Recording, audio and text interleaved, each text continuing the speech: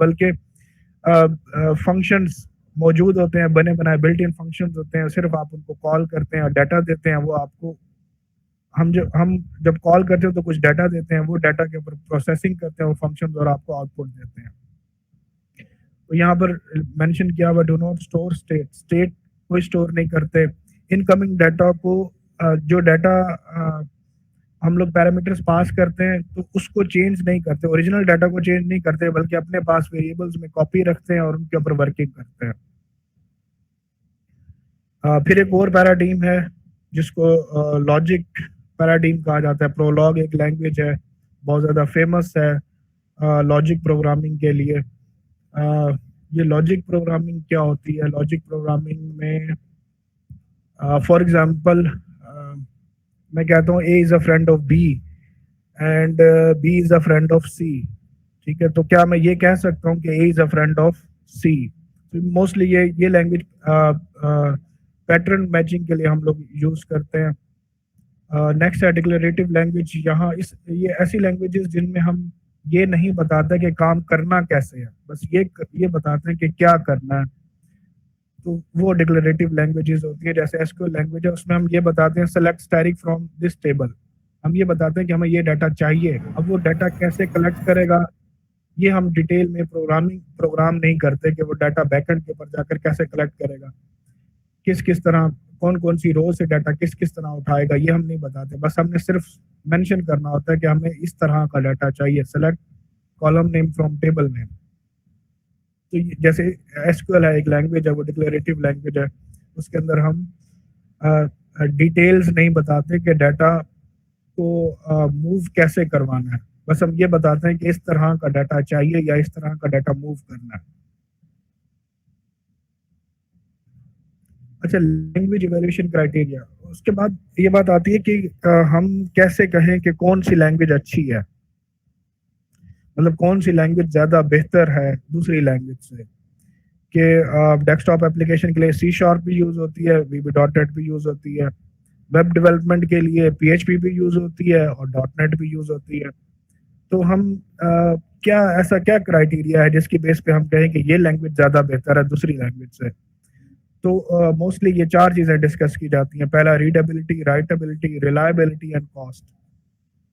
Readability नाम से नज़र आ रहा है, नाम से ही हम लोग पहचान सकते हैं कि ये ऐसा इवैल्यूएशन क्राइटेरिया जो रीडिंग से बिलोंग करता है कि आप एक लैंग्वेज को रीड करना कितना आसान है, ठीक है? जितना आसान उसको रीड करना होगा उतने ही ज़्यादा अब वो उसको बेहतर समझा जाएगा। दूसरा राइटेबिलिटी, के उसके कोड को राइट करना आसान होना चाहिए, राइट करना मुश्किल नहीं होना चाहिए। पाइथन इसीलिए पॉपुलर हो रही है बहुत ज़्यादा, क्योंकि उसके रीडेबिलिटी भी बहुत ज़्यादा है और राइटेबिलिटी भी बहुत ज़्यादा है। उसको राइट करना भी बहुत आसान है और उसको पढ़ के समझना भी बहुत आसान है।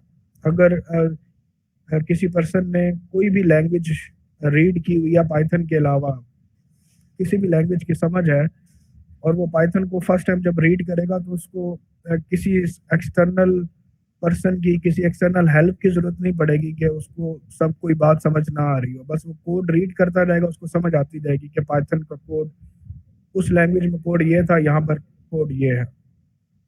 लास्ट में है reliability and cost. Reliability and cost ये क्या है? नेक्स्ट स्लाइड में इनका कंपैरिजन दिया हुआ है, इससे ये चीज क्लियर हो जाएगी। रिलायबिलिटी एंड कॉस्ट ये दोनों ट्रेड ऑफ्स हैं कि अगर कोई लैंग्वेज रिलायबल होगी तो वो कॉस्ट ज़्यादा बेयर कर रही होगी, और अगर कोई कॉस्ट रिलायबल नहीं होगी, सॉरी, अगर कोई रिलायबल होगी तो कॉस्ट ज़्यादा ले रही होगी, अगर वो रिलायबल नहीं होगी, लेस रिलायबल होगी, तो वो कॉस्ट कम ले रही होगी। जैसे एग्जांपल दी हुई है, जावा लैंग्वेज में रेफरेंसेस को बाकायदा पहले चेक किया जाता है। रेफरेंसेस से मुराद अरेज के जो एड्रेसेस होते हैं। आप प्रोग्राम के अंदर अरे के एड्रेस को जब आप रेफर कर रहे होते हो तो कंपाइलर उसको चेक नहीं करता कि आया फॉर एग्जांपल 10 की अरे है, 0 to 9 तक की एड्रेसेस की अरे है, आपने प्रोग्राम के अंदर अरे के 11th एलिमेंट को कॉल किया हुआ है, तो कंपाइलर उसको एग्जीक्यूशन टाइम के ऊपर चेक नहीं करेगा, रन टाइम के ऊपर कोई एरर आपको दिखा देगा, कोई और चीज़ दिखा देगा, लेकिन एग्जीक्यूशन में उसकी कंपाइलेशन में उसको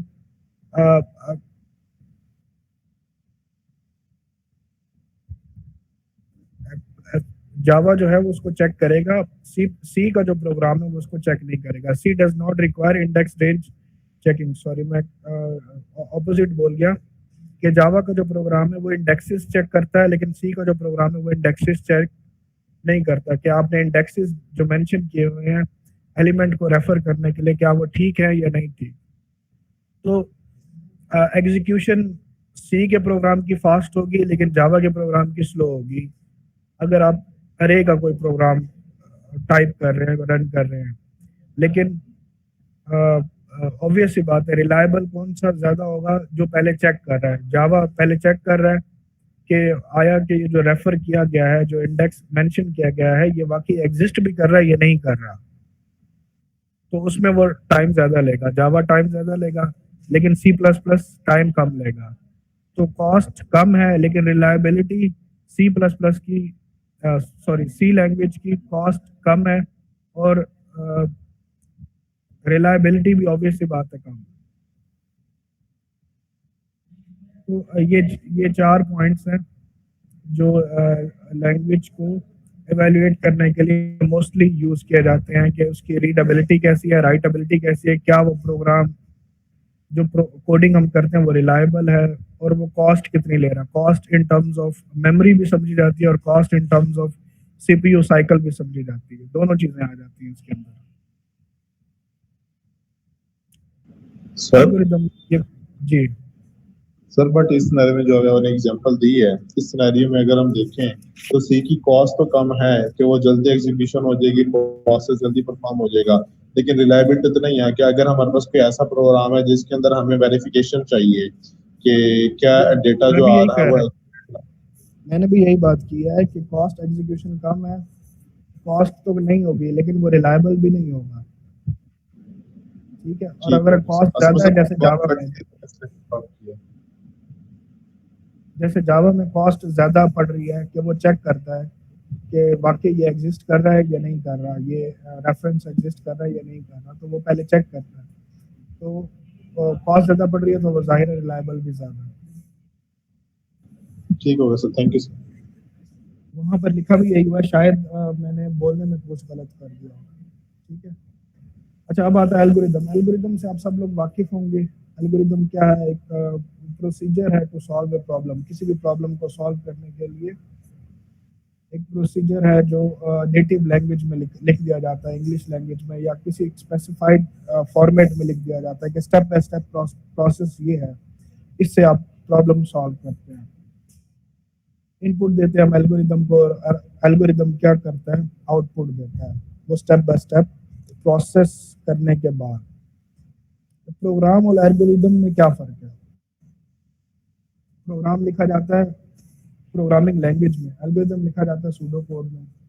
प्रोग्राम रन होता है कंप्यूटर के ऊपर, एल्गोरिदम रन तो होता ही नहीं है।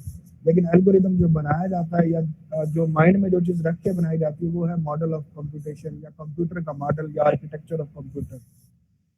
ये जो आर्किटेक्चर ऑफ कंप्यूटर है, ये इन्फ्लुएंस करता है कि लैंग्वेज का डिजाइन कैसा होना चाहिए।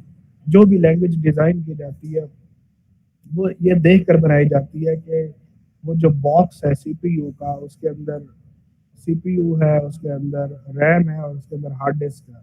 ये आर्किटेक्चर है कंप्यूटर का, इसको देख के ही लैंग्वेज डिजाइन की जाती है। एल्गोरिदम्स के जरिए हम ये बता सकते हैं, एल्गोरिदम्स और जो कंप्यूटर का आर्किटेक्चर है, ये दोनों मिल के ये बताते हैं कि कौन कौन से ऑपरेशंस अलाउड होंगे प्रोग्रामिंग में। ये बहुत ही सिंपल मॉडल है कंप्यूटर का। ये आर्किटेक्चर क्या है कि एक सीपीयू है, उसकी अपनी मेमोरी नहीं होती, वो वर्क करता है मेन मेमोरी के ऊपर। मेन मेमोरी में डाटा टेम्परेरी स्टोर होता है, परमानेंटली स्टोर करने के लिए हार्ड डिस्क मेमोरी है। अब जो सीपीयूज आ गए हैं उनमें कैशे मेमोरी होती है, वो उनके पास अपनी कैपेबिलिटी होती है कि वो डाटा अपने पास भी स्टोर कर सके।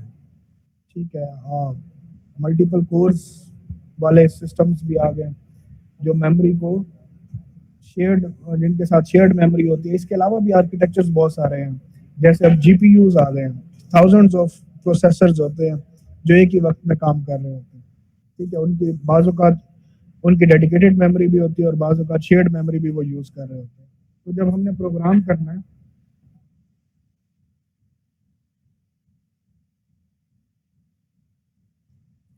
जब हमने प्रोग्राम या लैंग्वेज डेवलप करनी है तो हमने ये आर्किटेक्चर देखते हुए डेवलप करनी है। ये आर्किटेक्चर जो है ये रिस्ट्रिक्शन है कि हमने इसी को देखते हुए ही अब आप लैंग्वेजेस देखेंगे जैसे C++ में है, उसमें क्या होता है, असाइनमेंट स्टेटमेंट होती है, एक मेमोरी से दूसरी मेमोरी में डाटा स्टोर हो रहा होता है, ठीक है। कंप्यूटेशन होती है, CPU उसको कंप्यूट कर रहा होता है, एक्सटर्नल फाइल के अंदर डाटा चेंज हो रहा होता है, वो सेकेंडरी मेमोरी के अंदर डाटा चेंज हो रहा होता है। तो उसको जो लैंग्वेजेस का जो डिज़ाइन है या जो कंपाइलर डिज़ाइन किए जाते हैं वो इसी आर्किटेक्चर को ही देखते हुए बनाए जाते हैं। अच्छा, मेरी मीटिंग है अभी डीन साहब के साथ, तो आज का लेक्चर फिलहाल इतना ही। नेक्स्ट लेक्चर इंशाल्लाह मैं शेयर कर दूंगा आज ही। उसमें हिस्ट्री है थोड़ी सी लैंग्वेजेस की, तो वो डिस्कस करने के बाद इंशाल्लाह हम फिर आगे प्रैक्टिकली मूव करेंगे कौन सी लैंग्वेज किस इन्वायरमेंट में बेहतर परफॉर्म करती है। अच्छा, इस वक्त मुझे 25 लोग नज़र आ रहे हैं यहाँ पर जो क्लास ले रहे हैं, ठीक है। जैद, आप इनकी अटेंडेंस लेकर ना मुझे भेज देना, ठीक है। एक शीट भी अपनी क्लास में वाले उनके लिए लेक्चर रिकॉर्ड भी कर लिए, ठीक है, चलें ठीक है। लेकिन अब अटेंडेंस तो मैं इन लोगों की लूंगा जो यहाँ पर मौजूद हैं, ठीक है। कुछ लोग डबल, बल्कि 25 नहीं 24 लोग हैं, ठीक है। तो 24 की अटेंडेंस आप मुझे भेज दीजिएगा। ओके, अल्लाह हाफ़िज़।